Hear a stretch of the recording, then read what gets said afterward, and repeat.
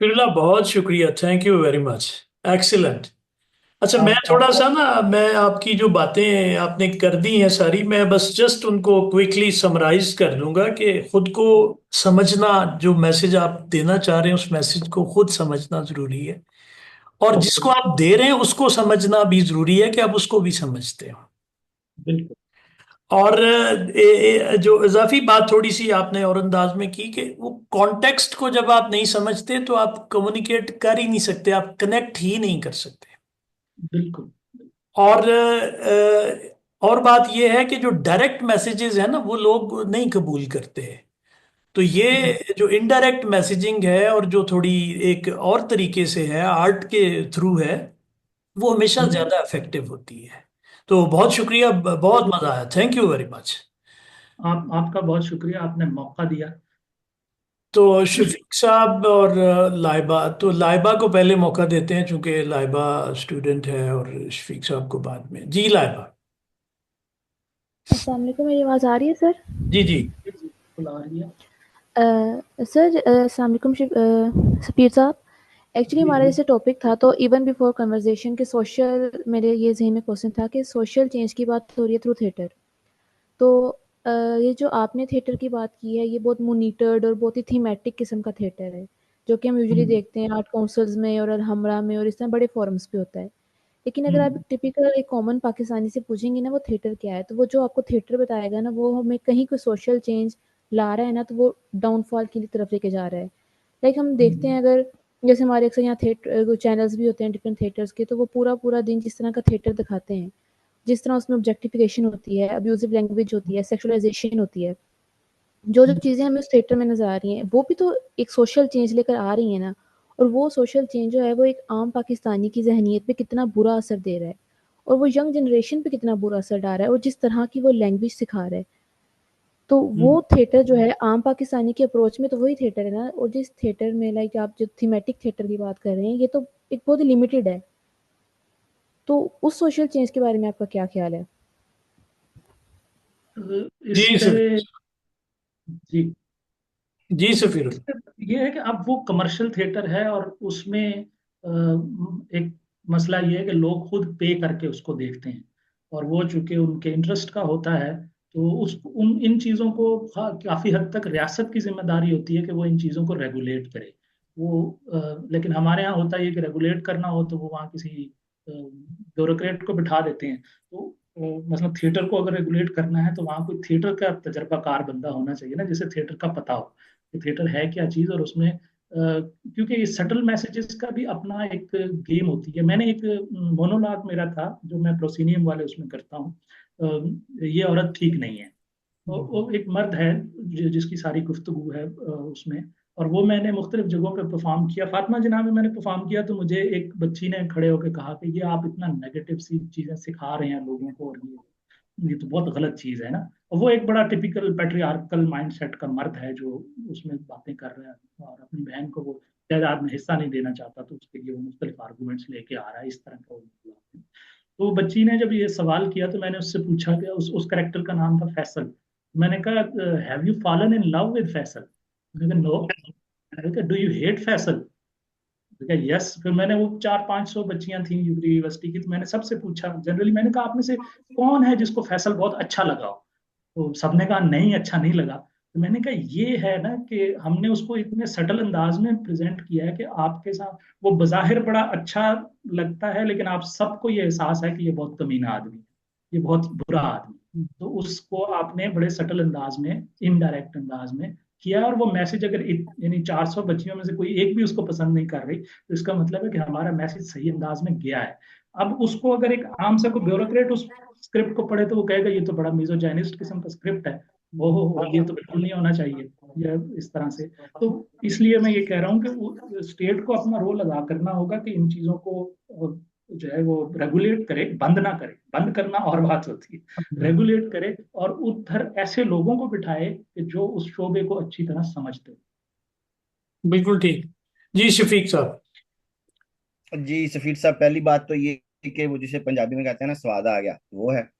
और हजूर, दूसरा ये है बड़ी कि मेहरबानी। एक कमेंट है, और या जी जी। उसे इतराफ है एक जो है वो क्या उसको कहते हैं, कमर्शियल सवाल है, और एक जेन्युइन एकेडमिक सवाल है। तो जी कमेंट जी। ये है कि आज तक जो मेरा पॉइंट ऑफ व्यू है वो यही रहा है कि यार, तकरीरों से चेंज नहीं आती। चेंज के लिए आपको रोल मॉडल चाहिए और एक्टिविटी चाहिए कि जिस तरह से की जाती है।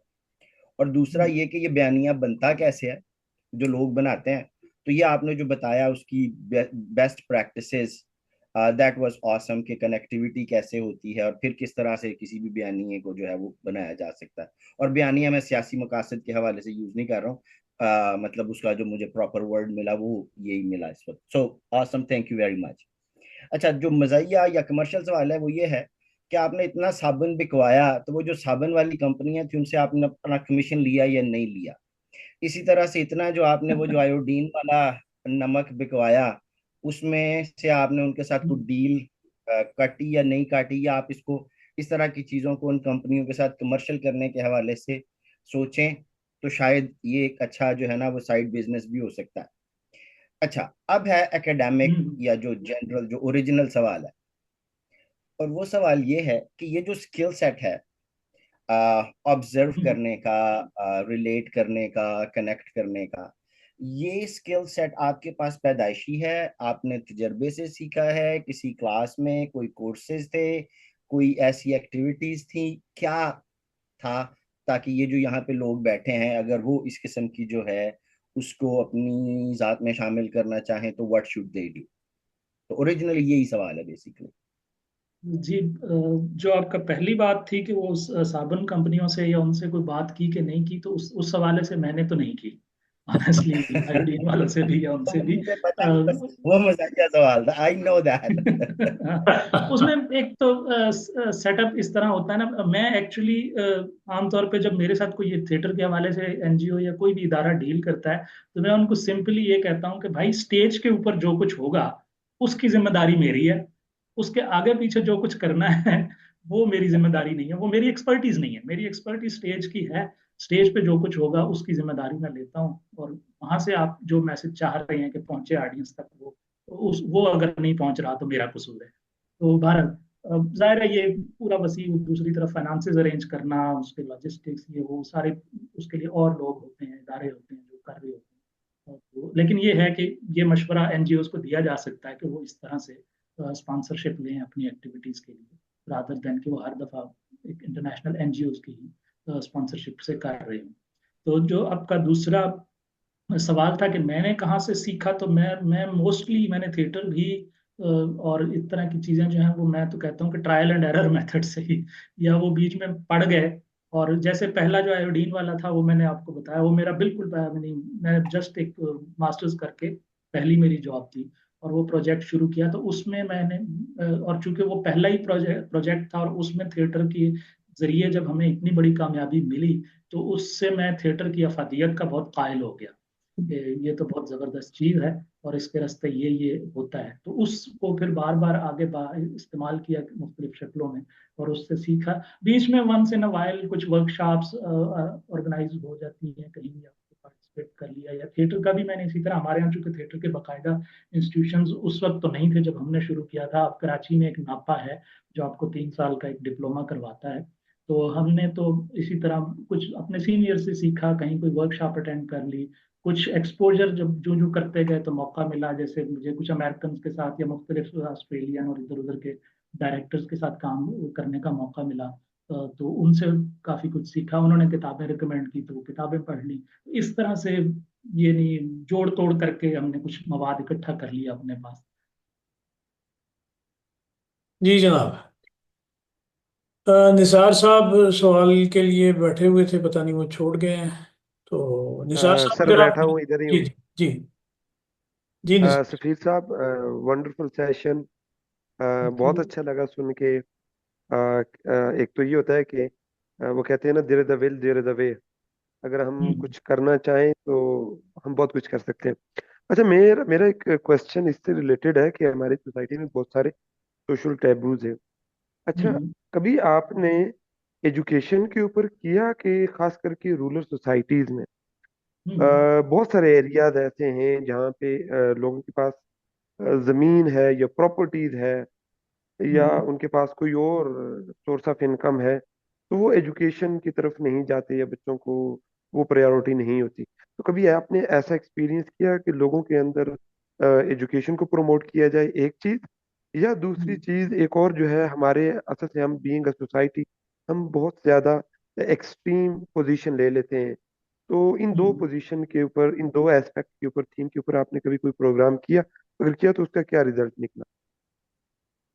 अच्छा, जनरल एजुकेशन पे तो नहीं किया कभी, लेकिन गर्ल्स एजुकेशन का बहुत स्पेसिफिक होके उस पे मैंने काफ़ी सारे जो है इस तरह के प्रोजेक्ट्स किए हैं। बल्कि गर्ल्स एजुकेशन का एक प्रोजेक्ट का तो मैं बहुत तवील अर्सा खुद मैनेजर भी रहा हूँ। बहुत छोटा सा प्रोजेक्ट था, लेकिन मुझे लगता था कि बड़ा यूजफुल है, क्योंकि हम उसमें लेते थे ऐसी बच्चियां जो प्राइमरी कर चुकी हों, और उसके बाद चूंकि उनके गांव में स्कूल नहीं है तो उन्हें कहीं और जाना पड़ेगा, तो वो मैनेज नहीं कर सकती। तो हम ऐसी बच्चियों को जिन्होंने प्राइमरी कर रखा है, उसके बाद उनको सपोर्ट करते थे मैट्रिक तक। और वो बड़ा उसका अच्छा एक्सपीरियंस था, और शायद वो उस एनजीओ के साथ अब भी चल रहा होगा वो प्रोजेक्ट, क्योंकि बड़ा यूजफुल था। तो 5 साल तक हम कंटिन्यूसली उन बच्चियों के साथ काम करते थे, छठी से लेकर 10th तक। और बाज दफा वो 10th के ऊपर भी, आगे भी वो तो उसमें उसके इफेक्ट्स बहुत अच्छे रहे। मतलब एक जगह जिन 2 गांवों से हमने शुरू किया था जब मैं उसका मैनेजर था, तो उसमें हमने 30 बच्चियों को पढ़ाना शुरू किया था। और फिर जब हमने वहां से हमने एक ही 30 बच्चियों की खेप जो है वो उठाई और उसको पढ़ाया, तो उसमें ये हुआ कि बच्चियां बाद में एफए एफएससी भी कर गई। एक आध बच्ची उनमें से ग्रेजुएशन तक पढ़ गई। 2-3 बच्चियों को जॉब्स मिल गई मुकामी सतह पे, किसी को स्कूल टीचर की, किसी को किसी हॉस्पिटल में असिस्ट करने की, इस तरह की। तो उसके नतीजे में उनको जब वो कुछ पैसे भी घर पे आना शुरू हुए, तो उसके नतीजे में एकदम वहाँ बहुत फर्क पड़ा। और हम अगरचे उन 30 बच्चियों को मैट्रिक कराने के बाद उस गांव से निकल गए, लेकिन वहां जब मैंने 2-3 साल बाद पूछा, तो पता चला कि वहां अब लोग अपने तौर पे ही बच्चियों को स्कूलों में भेज रहे हैं। तो वो एक इसका मतलब है कि सिलसिला चल पड़ा था, जो यकीनन अब तक जारी होगा। मौजूआत मोस्टली मेरे इसी तरह के हैं। जहां आपने ये बात की टैबू की भी, तो हमने SRHR जो सेक्सुअल एंड रिप्रोडक्टिव हेल्थ है, इसको भी ड्रामों में टच किया है। बल्कि रिसेंट जो आखिरी प्रोजेक्ट मैंने किया था अक्रॉस पाकिस्तान, जो दोस्त मुझे सोशल मीडिया पे फॉलो करते हैं उन्होंने मेरी पोस्ट वोस्ट देखी होंगी कि कभी सक्खर में है, कभी मुल्तान में है, कभी कहाँ है। स्वात वगैरह से लेकर और लसबेला तक हम लोग गए थे अपनी टीम लेके और परफॉर्मेंस करते थे। तो उसमें SRHR जो है उसका एक इम्पॉर्टेंट सब्जेक्ट था उस प्ले का। बात करो भी बात करो उस प्ले का नाम था। तो हमने किया है। मेरा जाती तौर पे थिएटर कम्युनिटीज में थिएटर करते हुए कोई इन कितने 24-25 साल हो गए हैं, कोई नेगेटिव एक्सपीरियंस नहीं है। चाहे वो कोई बहुत सेंसिटिव टॉपिक हो, चाहे कुछ भी हो, अगर आपने उसे इंटेलिजेंटली डील किया है, उसको तरीके से लोगों का, और जिस तरह सोसाइटी हर बात करने के गुंजाइश होती है, आपको उसका ढब आना चाहिए, उसका ढंग आना चाहिए, तो वो बात हो जाती है। तो इस तरह के मौजूआत को हमने टच किया है। और उन पे भी कभी भी मुझे मतलब पूरे 24-25 साल में कम्युनिटी की तरफ से किसी मौका पे कोई बैकलैश नहीं आया। ठीक। जी जनाब, अच्छा इसमें मैं छोटा सा एक जुमला ऐड करना चाह रहा हूँ जो सवाल अभी था। मेरा ख्याल ये है कि तालीम को हमने जो थोड़ा बांट रखा है ना, कि ये जो स्कूल में कॉलेज में और किताबों में तालीम है वही तालीम है। मैं तो समझता हूँ आपने जितनी स्टोरीज शेयर की हैं वो तालीम के लिए ही कंट्रीब्यूशन है। तो उसमें वो अलग नहीं है उससे कि अगर उसके नतीजे में कोई स्कूल में गया है तो फिर तालीम का आगाज हुआ। अगर किसी ने हाथ धोना सीखा है तो ये भी तालीम है, और ये शायद बड़ी बुनियादी तालीम है। तो बहरहाल एनीवे आगे जो चल। कि जी जी जो कि जी। स्कूलों में होनी चाहिए ना। ये जो होनी मसला है। चाहिए। हमारे हमारे तो तालीमी निज़ाम इतना अजीब सा है ना, कि आप 16 साल पढ़ने के बाद जब स्कूल से, कॉलेज, यूनिवर्सिटी से बाहर निकलते हैं, तो आप कुछ भी नहीं कर सकते। आपके पास ऐसे ही लाइफ है। स्किल्स भी नहीं होते हैं। बिल्कुल बहुत ऐसे। बेसिक से आप लोगों के साथ नेगोशिएट नहीं कर सकते। आप यानी मैं वो एक वेबसाइट चलाता हूँ जिस पे एनजीओ में आने वाली जॉब्स अनाउंस होती हैं। तो जॉब्स के लिए जिस तरह की एप्लीकेशन ग्रेजुएट्स की और पोस्ट ग्रेजुएट स्टूडेंट्स की आती हैं, कि सब्जेक्ट लाइन भी नहीं लिखी हुई, हम्म। बॉडी में भी कोई टेक्स्ट नहीं है, हम्म, सीवी अटैच किया और भेज दिया है। ऐसे मैं ही। सोचता हूँ यार, ये बंदे ने 16 साल क्या पढ़ा है, ऐसे ही। अगर वो इस तरह से जॉब के लिए अप्लाई कर रहे हैं। ठीक है। तो ऐसे। हमारे एजुकेशन सिस्टम के भी बड़े मसाइल हैं। बिल्कुल ऐसे ही, बिल्कुल ऐसे ही। तो जी आयदा। हाँ जी, thank you so much for the lecture. First of all it was really really insightful. और मेरा क्वेश्चन ये है कि आपने पॉइंट मेंशन किया था कि एक बहुत इंपॉर्टेंट चीज़ ये है कि आप अपना जो प्ले डिलीवर करना है उससे पहले आप उनके पर्सपेक्टिव को अंडरस्टैंड करें कि वो किस तरह से सोचते हैं। बट आई अंडरस्टैंड कि ये एक टू वे थिंग है, आप अपने बिहाफ पे अंडरस्टैंड करते हैं, बट मार्क्सिस्ट की थ्योरी में भी प्रूवन है कि ज्यादा प्रॉब्लम लोअर क्लास को आता है, कि उनको हमेशा लगता है कि you are not understanding them.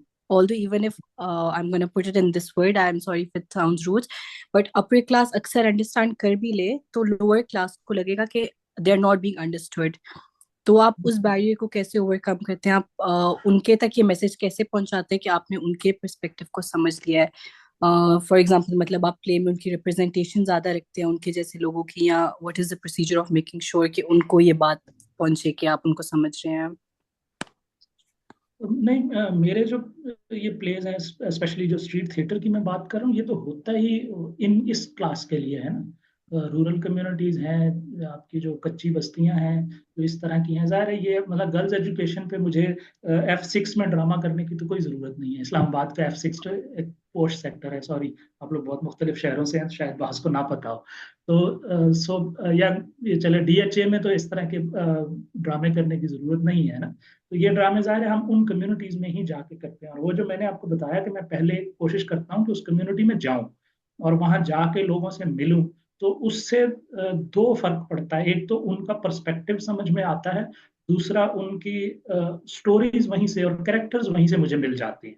तो मैं वहीं पे देखते हुए मुख्तलिफ इधर उधर बाबों से बात करते हुए, अच्छा ये जो बाबा जी हैं, ये जो इस तरह करके हुक्का गुड़गुड़ा रहे हैं और साथ ऐसे थूक फेंकते हैं और ये तो वो कैरेक्टर जब ड्रामे के अंदर मैं डाल दूंगा, तो वो उनको लगेगा कि उनका अपना एक वो है ना। अच्छा, इस पे एक और छोटी सी बात चले, एक और चीज जो मैं करता हूँ कि हर दफा हम लोग अपनी टीम इस्लामाबाद से नहीं लेके जाते। तो खास तौर पे अगर किसी एक ही कम्युनिटी में काम करना हो, मसलन मुजफ्फरगढ़ में हमें बुलाया गया कि यहाँ ये यूनियन काउंसिल है और इसमें ही करना है, तो उस सूरत में मैं खुद एडवाइस करता हूँ कि आप इस्लामाबाद से टीम को नहीं ना बुलाएं। उसमें मैं ये करता हूँ कि मैं खुद जाऊंगा मुजफ्फरगढ़, मैं शायद वहाँ 15 दिन स्टे करूँ या 20 दिन स्टे करूँ। मैं वहाँ लोगों से भी मिलता रहूंगा, ये सब भी, लेकिन उसके साथ साथ ये कि मैं वहाँ से मकामी बच्चों को लूंगा। और बच्चों अगेन वही जो मैट्रिक FA की एज ग्रुप में है, और उनको मैं एक तो थिएटर की टेक्निक्स पे ट्रेनिंग दूंगा, और साथ साथ उन्हीं से मैं स्क्रिप्ट डेवलप करवाऊंगा, और उन्हीं को मुख्तलिफ कैरेक्टर्स देकर उनसे रिहर्सल्स करवा के वहीं की टीम से मैं वो प्ले तैयार करवाऊंगा।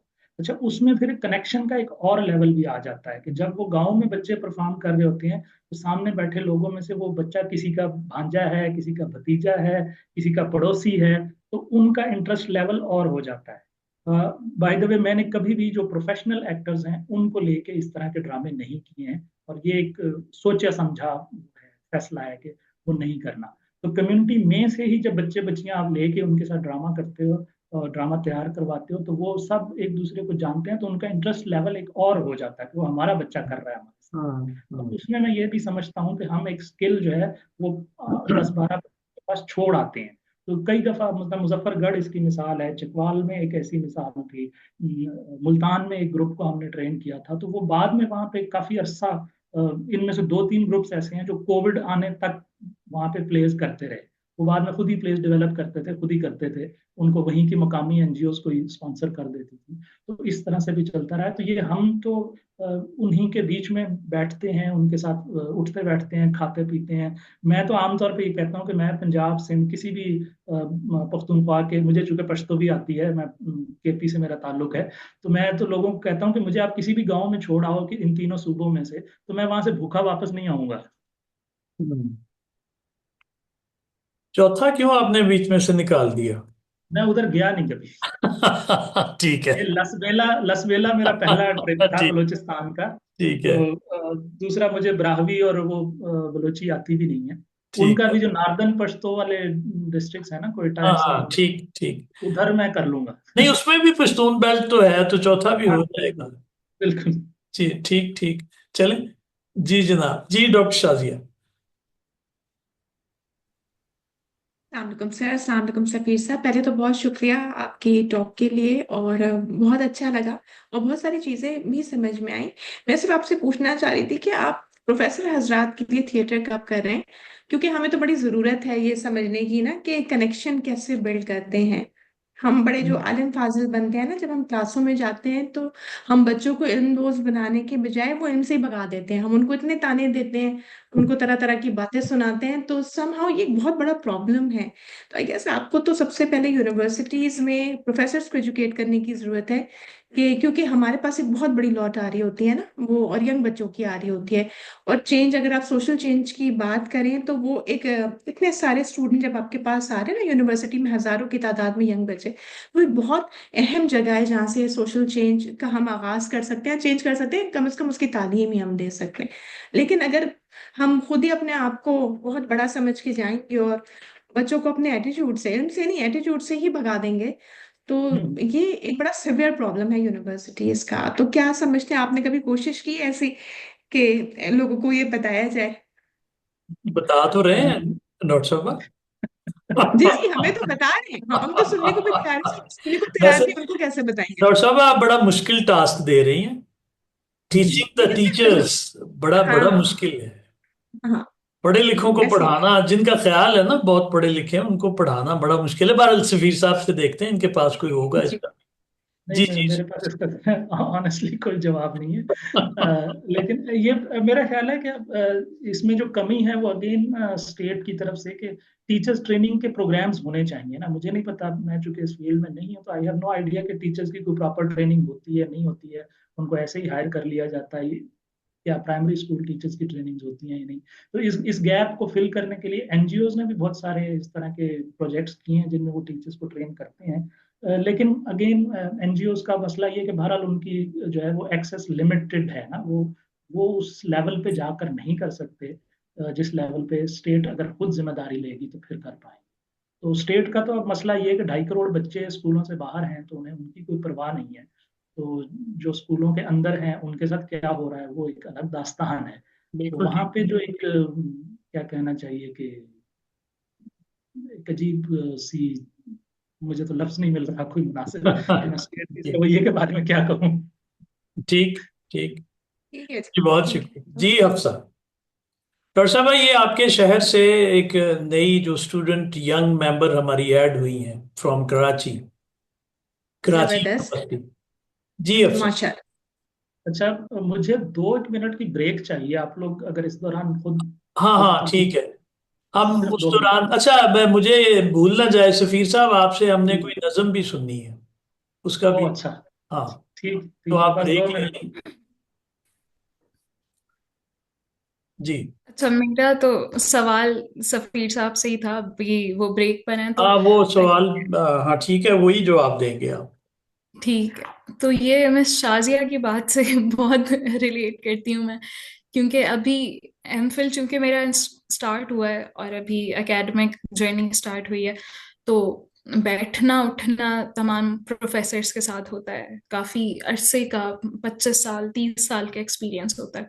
और यही, जबकि बैकग्राउंड सबका सोशियोलॉजी है और सब ही सोशल चेंज को हम लोग एकेडमिकली पढ़ रहे होते हैं, लेकिन इतनी कह लें कि रिजिडनेस है कि जो पैटर्न है और जो एप्लीकेशंस हैं, जो अप्रोचेस हैं, हम्म। कि अगर वो 30 साल पुरानी है और तो वो वही रहेंगी।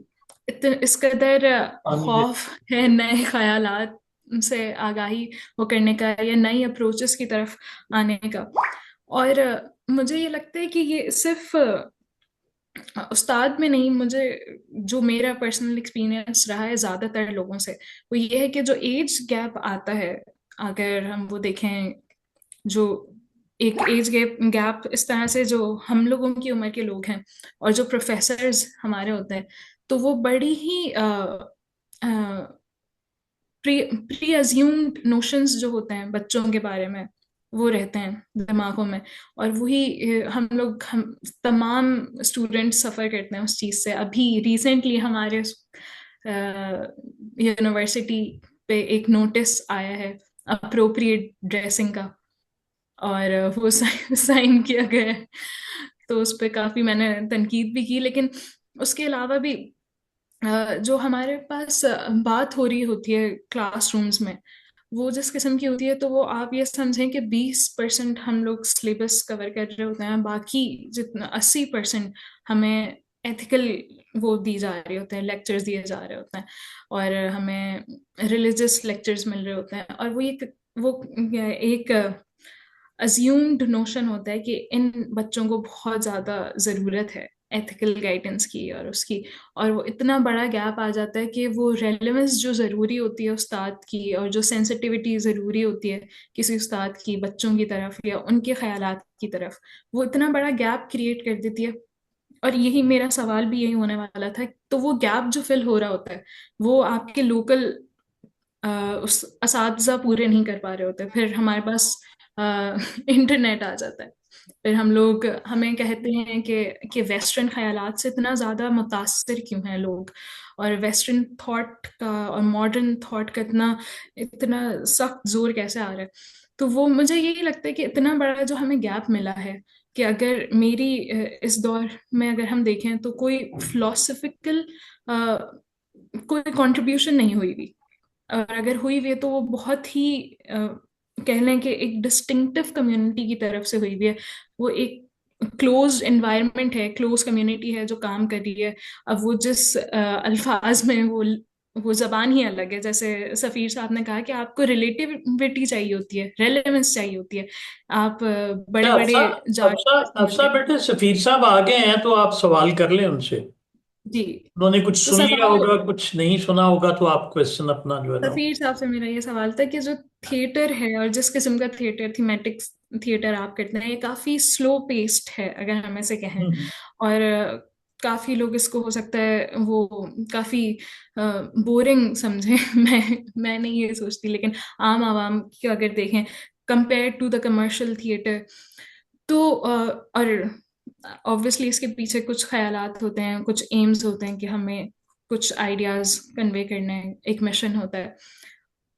इसके मुकाबले जो फास्ट मीडिया है हमारा, अगर हम देख लें ड्रामाज, सीरीज और सोशल मीडिया, तो ये इससे जो आइडियाज जाते हैं, और जितनी जल्दी आपका सालों की आप एक नैरेटिव बिल्ड करें और एजुकेट करें लोगों को, और इट टेक्स जो मिस इन्फॉर्मेशन है या मिसलीड करने के लिए आपको बहुत कम दिन चाहिए प्रोपेगेंडा के लिए। जैसे आपका मुख्तलिफ जगहों पे काम रहा है, मुख्तलिफ ऑर्गेनाइजेशंस के साथ, मेरा जो एक्सपीरियंस रहा है वो पोलियो से रिलेटेड रहा है।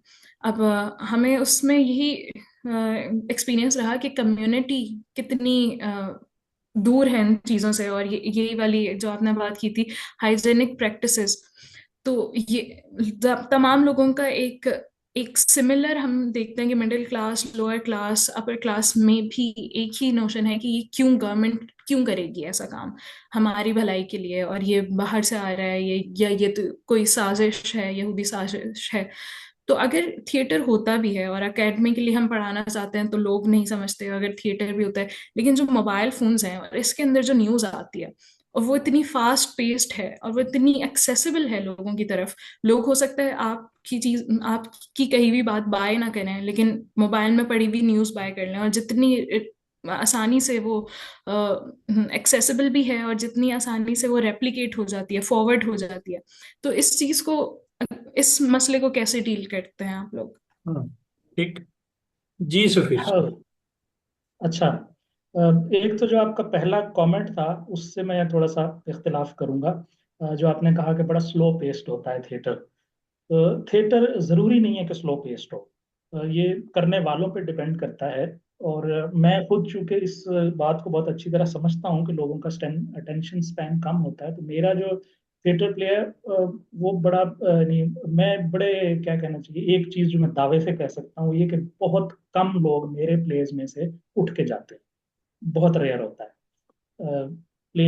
और दूसरा ये कि मैं आमतौर पे अपने यानी ये जो मैंने स्टैंडर्ड्स बना रखे हैं ना, और शुक्र है यहाँ दो तीन ऐसे लोग बैठे हुए हैं। मुझे नदीम साहब का सर हिलता हुआ नजर आया है मलिक साहब शुक्रिया। तो जिन्होंने मेरे प्लेस देखे हुए हैं तो उनको अंदाजा है कि उसकी पेस कैसी होती है और वो किस तरह से होता है। तो लेकिन मैं आपको ये बता रहा हूँ कि मैं जो यानी जब मैं अपनी टीम के साथ बात करता हूँ तो मैं दो बड़े की पॉइंट्स पे बात कर रहा होता हूँ आखिरी दिनों में जब प्ले की परफॉर्मेंस होने वाली होती है। वो एक ये कि अगर हमारी परफॉर्मेंस चल रही है और कोई बंदा अपनी जेब से मोबाइल फोन निकाल के उसे देखता है, तो इसका मतलब है हम फेल हो गए हैं, हमारा प्ले अच्छा नहीं है। हमारा प्ले अच्छा उस सूरत में है कि लोग बिल्कुल जम के देखें, और ये मेरे प्लेज में होता है। ठीक है। इसी तरह दूसरा ये होता है, मैं उनको ये कहता हूँ कि प्ले की हम एक टाइमिंग करते हैं। तो हमने अगर ये टाइमिंग कर ली है कि अच्छा ये प्ले लेट से 55 मिनट्स का है, तो मैं टीम के साथ इस पे बड़ा सख्त होता हूँ, मैं इस मामले में बदनाम हूँ कि अगर 55 मिनट्स का प्ले है और वो 54.5 मिनट्स में खत्म हो गया है तो गुड। अगर वो 55.5 मिनट्स में खत्म हुआ है तो मैं सारी टीम की क्लास लेता हूँ कि ये क्या होगा, क्यों ले ड्रैग हुआ, इसका मतलब है ना। और ड्रैग होना जाहिर है बहुत एक बुरी चीज, मैं कम से कम बहुत ही उस पर उसको सीरियसली लेता हूँ। लेकिन जनरली थिएटर डायरेक्टर्स जो हैं वो प्ले का ड्रैग होना पसंद नहीं करते, फिल्मों का ड्रैग होना पसंद नहीं करते, जिसमें वो खिंच रहा है, कोई बात आगे नहीं हो रही। तो वो उसकी एक टेक्निक है एक्शन, और वो खैर मैं उस पर अब थिएटर के उस पर लेक्चर नहीं देना चाहता। हम एक्शन बिल्कुल यानी वो जो एक्शन मूवी होती है ना जिसमें लड़ाई मार कुटाई होती है, उसको एक्शन नहीं कहते। हम एक्शन कहते हैं कि इस वक्त कहानी आगे बढ़ रही है, अगर कहानी आगे बढ़ रही है तो एक्शन चल रहा है। मैं आमतौर पे चले एक एग्जांपल देता हूँ कि जब आप बॉलीवुड फिल्में देखते हैं या जब हम देखा करते थे वीसीआर पे, तो गाना लगता था, हम 5-7 दोस्त इकट्ठे बैठे देख रहे हैं और गाना लगा है ना, तो कोई ना कोई कह देता था यार इसको आगे कर दो। गाना आगे इसलिए कर दो कि गाना के वक्त कहानी आगे नहीं बढ़ रही, कहानी रुक गई, एक्शन रुक गया है। तो आप कहानी इवन एक्शन फिल्मों में जब लड़ाई का सीक्वेंस जो होता है वो अगर बहुत लंबा चल रहा हो तो उसमें भी बाज दफा लोग कह देंगे कि यार इसे आगे कर दो आप, क्योंकि आप चाहते हैं कहानी आगे बढ़े, और उसमें हीरो कभी मार रहा है, कभी विलन मार रहा है, ये मार रहा है, वो मार रहा है, कोई फैसला नहीं हो पा रहा, तो आप 5 मिनट आगे कर देते हैं कि अच्छा हुआ क्या फिर। तो इन इन ये थोड़ा स्टोरी टेलिंग की जो है चीजें हैं जिनका अगर आपको आइडिया है तो फिर आप एक अच्छा एंगेजिंग प्ले लिख सकते हैं। दूसरी जो आपने बात की है वो काफी उसका फैलाव बहुत ज्यादा है एक्चुअली। उसका स्कोप जो है ना वो इतना वाइड है कि उसको यानी आप सोशल मीडिया पे फिर ये है कि आमतौर पे मैं ये कहता हूँ कि जो आपका मसला है उसको उसी हथियार के साथ, जो चीज आपके लिए मसला बन रही है उसको उसी की डोमेन में उसी के हथियार के साथ उसको आप टैकल कर सकते हैं, उसको दूसरे के साथ नहीं कर सकते। तो अगर एक बंदा आपको आप पे बंदूक तान ले तो आप उसको आगे से शेर सुना के नहीं ठीक कर सकते ना, उसका आपको कुछ और इलाज करना होगा। तो लिहाजा सोशल मीडिया का इलाज सोशल मीडिया से करना होगा। यह है कि यही थिएटर टेक्निक्स और यही चीजें जो हमने थिएटर में सीखी हैं इनको हम सोशल मीडिया पे भी इस्तेमाल कर सकते हैं। उसके लिए भी आप छोटे छोटे वीडियोस और इस तरह की चीजें, यही जैसे असल मेरा चूंकि ये एक्सपर्टी नहीं है, जो मैंने अभी आपको सीन बताया कि वो बाप कहता है या दादा कहता है कि बच्ची क्यों जाएगी, क्यों हम मर गए हैं, तो आगे से उसका पोता कहता है कि दादाजी आप मर गए। तो अब ये सीन छोटा सा सीन है, ये इसको इसके साथ आपको पूरी कहानी पीछे प्ले में क्या हुआ आगे क्या हुआ वो सुनाने की जरूरत भी नहीं है। और ये बड़ा आजकल जो रील्स चलती हैं, ये शॉर्ट्स चलते हैं, उनके लिए बड़ा अप्रोप्रिएट है। लेकिन मुझे चूंकि वो वीडियो रिकॉर्डिंग का वो क्या कहते हैं एक्सपर्टीज नहीं है, तो पिछले 4-5 साल से मैंने सोचा हुआ है कि इसका कभी वीडियो बनाऊंगा, मुझसे आज तक नहीं बना है। लेकिन उसमें अब अगर कोई ऐसे लोग मेरे साथ कोलैबोरेट करते हैं कि जिनका वीडियो मेकिंग का बहुत अच्छा हुआ है, तो हम मिल के इस तरह की छोटी छोटी चीजें बना के सोशल मीडिया पे डाल सकते हैं जो उन चीजों को काउंटर करेंगी। बाकी जो मिस इन्फॉर्मेशन या उन हवाले से आपने बात की, एक तो वो ट्रैवल हर जगह करती है, सिर्फ हमारे यहाँ की बात नहीं है। दूसरी इंपॉर्टेंट बात यह है कि मिस इन्फॉर्मेशन और प्रोपेगेंडा और ये चीजें वहां कामयाब होती हैं जहां एक तो कोई खला हो।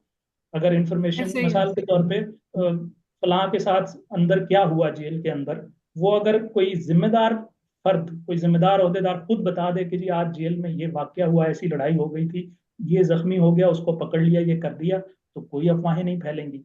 हमारे यहाँ चूंकि हुकूमत अपनी वो जिम्मेदारी बाज दफा जानबूझ के, बाज किसी और दफा किसी और वजह से, बहरहाल अपनी यानी बाज दफा जानबूझ के और बाज दफा अपने निकम्मेपन की वजह से वो खला छोड़ देते। तो जहां कहीं खला होगा कि अब क्या होने वाला है या वहां क्या हुआ, तो वहां फिर लोग खुद कहानियां गढ़ना शुरू कर देते हैं ना।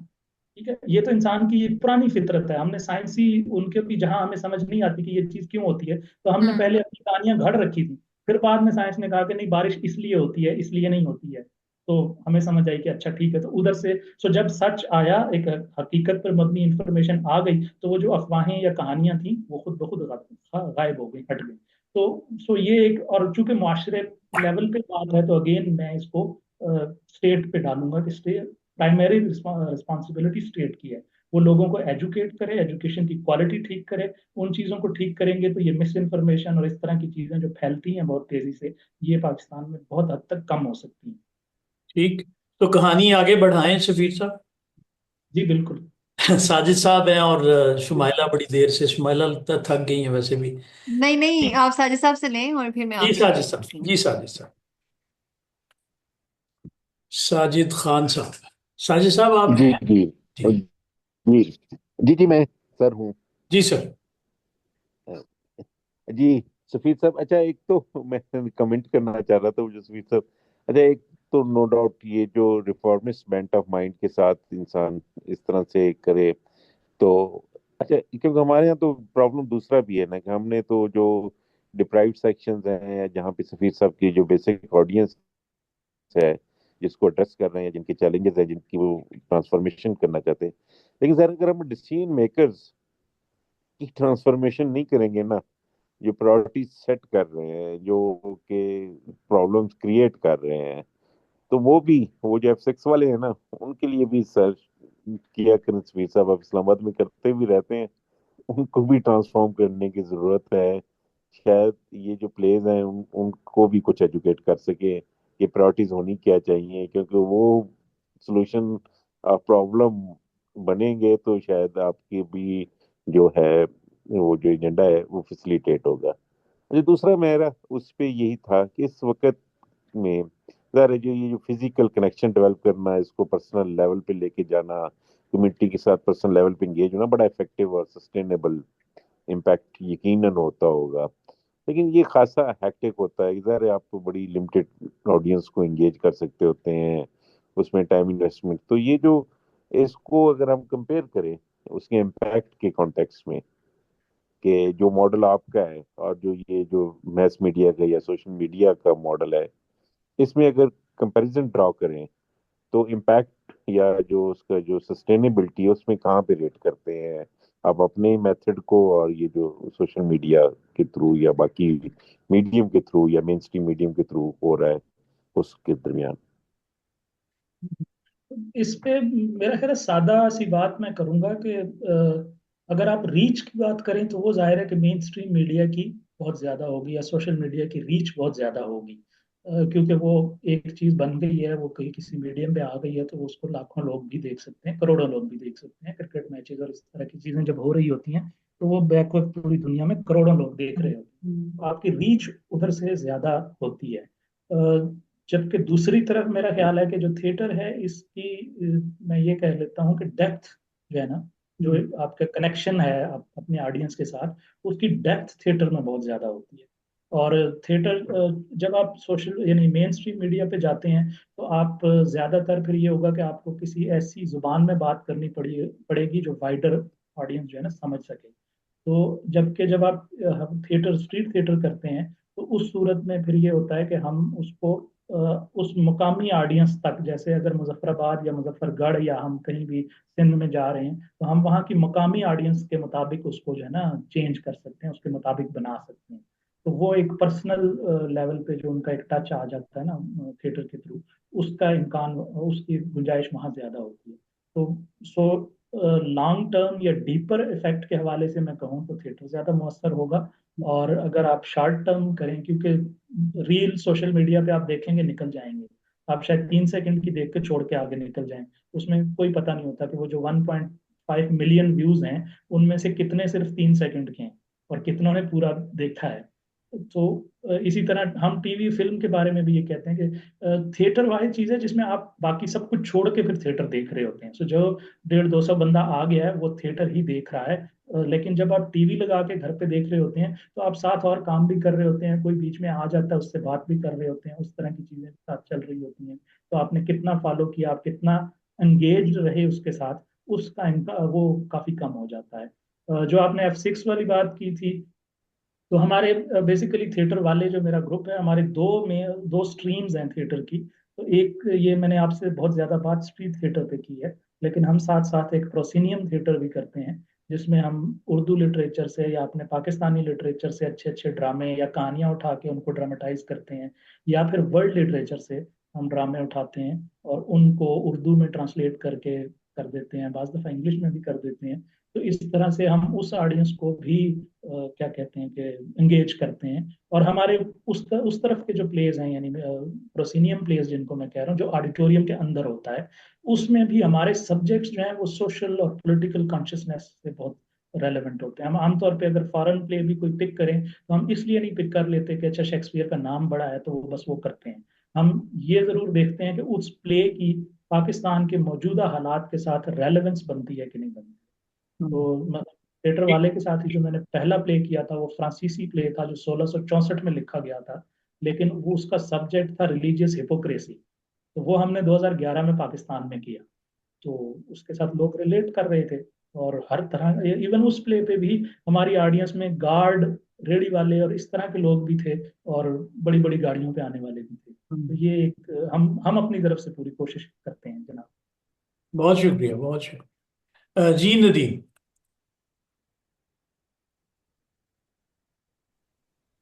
अस्सलामुअलैकुम। सबसे पहले तो मेरा एक कमेंट है कि मैंने सफ़ीर साहब के जो कुछ थिएटर्स हैं वो लाइव भी देखे हुए हैं, और एक तो रिकॉर्डेड भी देखे हैं। तो ये बात बिल्कुल ठीक है कि सब लोग ऐसे महव होकर देखते हैं कि कोई भी उस इस दौरान ना मोबाइल यूज़ करता है और कोई भी उठ कर नहीं जाता। और दूसरी बात ये कि इनके स्टूडेंट्स के हवाले से ये है कि जो स्टूडेंट्स कभी फर्स्ट टाइम भी देख रहे, फर्स्ट टाइम भी ड्रामा परफॉर्म कर रहे होते हैं, तो वो ऐसे परफॉर्म कर रहे होते हैं कि जैसे वो बहुत ज़्यादा एक्सपीरियंस्ड एक्टर्स होते हैं। तो माशाल्लाह से ट्रेनिंग भी आप उनकी बहुत अच्छी करते हैं। एक सजेशन मैं आपको देना चाहूँगा कि सोशल टैबूज या आपने बात की सोशल चेंज के हवाले से, तो हमें वकीलों को भी यार बड़ी परेशानी फेस करनी पड़ती है कि जो वकीलों के बारे में मुख्तलिफ टैबूज बने हुए हैं कि वकील ऐसे होते हैं, मुख्तलिफ शेर बने हुए हैं अजीब अजीब से वो कि ये वकीलों की कहता है अपनी, वकील तो वो शैतान। यार नदीम, वकीलों की अपनी मेहनत है उसमें, ऐसे ना करे। नहीं, लेकिन मैं ये कहना चाह रहा हूँ कि वकील हाँ, वकील सारे भी एक जैसे नहीं होते। तो मेरे ख्याल से आपको इस हवाले से भी मतलब सोचने की या परखने की जरूरत है कि जो वकीलों के हवाले से टैबूज बने हुए हैं उसके हवाले से भी अगर आप कोई काम करना चाहें तो वो मेरी सजेशन है आपको। और आप उसमें हीरो जो है, नदीम, हीरो नदीम साहब। नदीम आप अकेले ये कह रहे हैं ना कि वकील सारे मेरे जैसे नहीं होते। तो जैसे मतलब आप देखें ना, थोड़े तो लोग होंगे ही, डेफिनेटली, ठीक है। कोई थोड़े कोई बहुत होने बात से नहीं। नदीम साहब कोई बात नहीं, थिएटर वालों के बारे में भी परसेप्शन लोगों की बड़ी नेगेटिव है। और आप फिक्र ना करें, आपकी वकीलों के बारे में नेगेटिव परसेप्शन के बावजूद आपकी शादी हो जाएगी, मेरी तरफ से आप तसल्ली रखिए। बिल्कुल ठीक। अच्छा, शुमाइला का आखिरी सवाल है और उसके बाद सफ़ीर से हम नज़म सुनेंगे, चूंकि सफ़ीर ने बात भी की कि हम वक्त पे ख़त्म करते हैं, तो हम भी इसको फिर वक्त हो जाएगा और रिकॉर्डिंग हम बंद कर देंगे, और वैसे कोई गपशप करना चाहेगा तो वो जारी रखेगा। तो जी शुमाइला, लास्ट क्वेश्चन।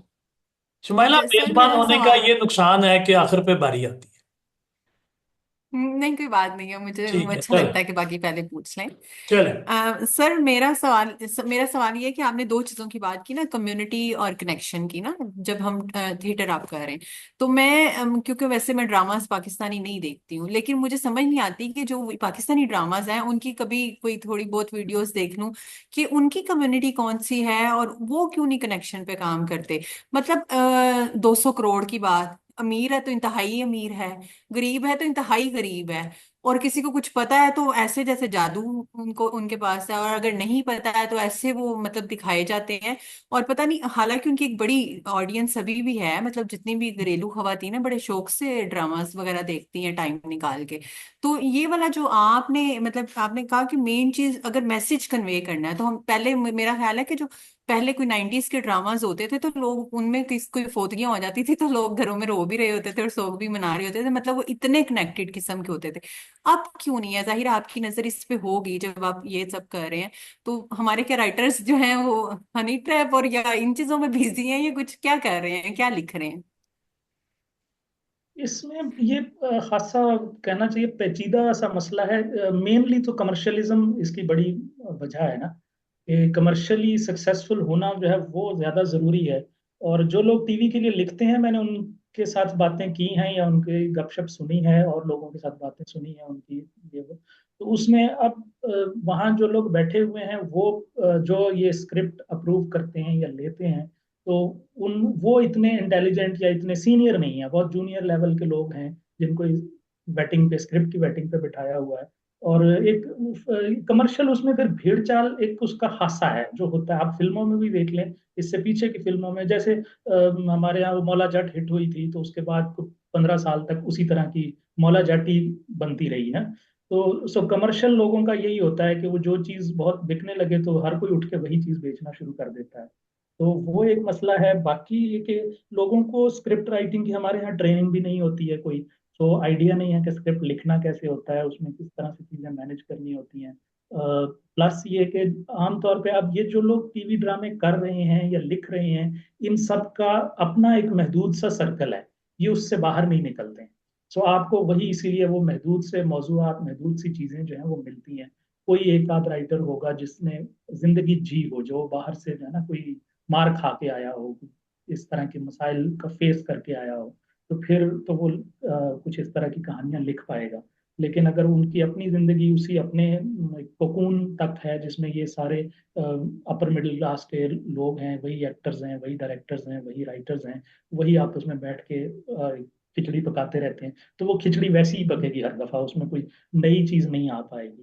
तो मैं जाती तौर पे इस उसको ब्रेक करने के लिए जो है ना हर दफा निकलता हूँ यहाँ। मुझे भी ये एहसास होता है कि मैं इस्लामाबाद में बैठा रहता हूँ, तो उससे मेरे मौजूआत में, मेरे स्टाइल में एक यकसानियत आ जाएगी। तो जब भी मुझे मौका मिलता है, जैसे बहुत रिसेंटली मुझे किसी ने कहा कि पेशावर और बहाउद्दीन ज़िक्रिया यूनिवर्सिटी मुल्तान में अपने बच्चों को ट्रेनिंग देनी है थिएटर की, और ये तो मैंने उनको कहा कि स्क्रिप्ट मैं यहाँ से नहीं लेके जाऊंगा। फिर तो मैंने उन बच्चों के साथ काम किया, उनको कम्युनिटीज में भेजा, उन्होंने वहाँ से स्टोरीज निकाली, वो स्टोरीज उन्होंने हमारे सामने जो है अपनी जितने भी उनकी समझ बूझ थी उसके मुताबिक प्रेजेंट की, उनको हमने पॉलिश करके किया। तो मुझे बहुत खुशी हुई कि अच्छा, मैंने मौजूदात तो चूंकि वही होते हैं ना, आप ले दे के फिर जो एनजीओज के काम है उसमें खवातीन के हुकूक और इस तरह के मसाइल ही होते हैं ना। तो लेकिन ये कि उसमें नई कहानियां, नए सीन, नई चीजें आई सामने, तो उसका मुझे खुद, क्योंकि मैं एक मेरा मसला ये भी है कि मैं खुद बोर हो जाता हूँ, तो उसी तरह का ड्रामा एक दफा फिर करना, एक दफा फिर करना, तो मैं यार बस करो कुछ और करते हैं। तो वो मेरे मिजाज का भी हिस्सा है, तो इस ये भी एक फर्क पड़ता है इससे। ठीक।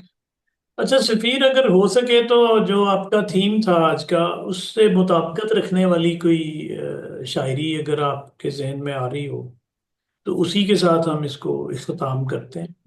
से मुताबिकत रखने वाली, हाँ, ना हो तो कोई इशू नहीं, जैसे भी। चले हाँ, मैं एक नजर डालता हूँ। हाँ, देख लें आप।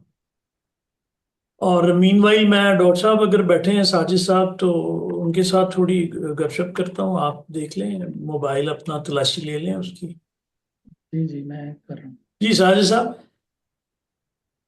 साजिद खान साहब। साजिद साहब नहीं है मुझे लगता है। चले।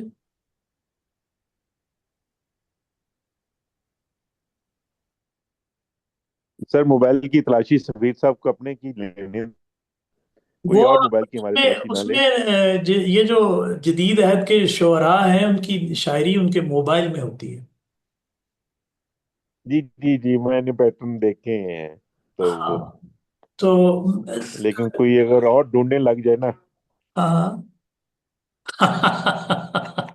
ठीक है। अच्छा साजिद साहब, जो आपने बात की थी ना, उस पे मैं थोड़ा सा सोच रहा था कि देखें, मैस मीडिया कोई भी हो, उसकी रीच ज्यादा है, लेकिन आप नहीं समझते कि जो ग्रास रूट लेवल का काम है वो मैस मीडिया तो नहीं करेगा।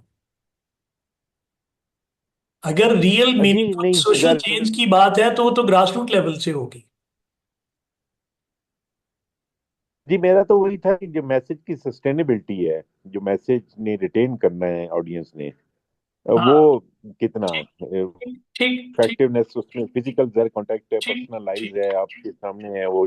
बल्कि फिर सबके जो मॉडल है कि लोकल इंगेज कर, वो एक बड़ा एंगेजिंग मॉडल है। मैं तो उसको कह रहा था, ठीक लास्टिंग मैसेज, ठीक ठीक इम्प्रेंट जो छोड़े। ठीक।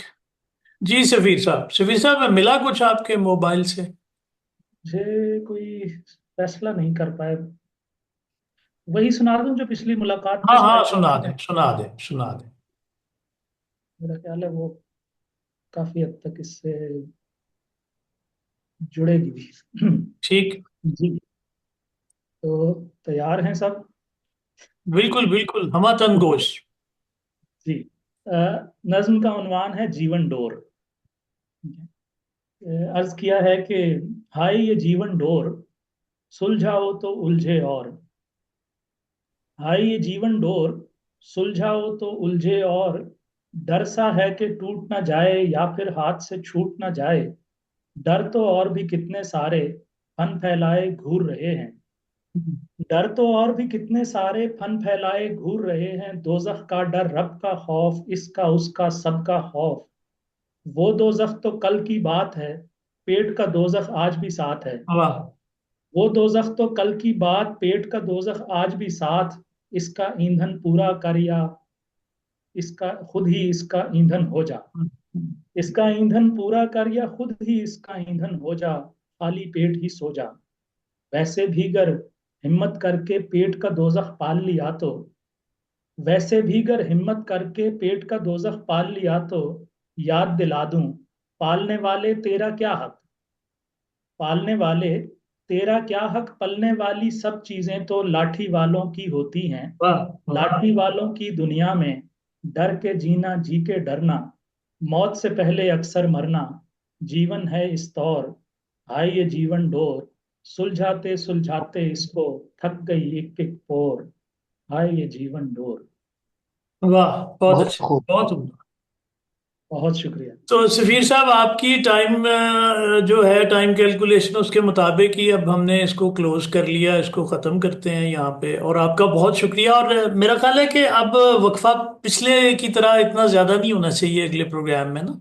थोड़ा कम करते हैं इसको, साल से कुछ 6 माह पे ले आते हैं एटलीस्ट। तो तो इसी तरह से गुफ्तगू जो है वो हम आइंदा भी करेंगे। तो बहुत शुक्रिया सबका। यहाँ पे हम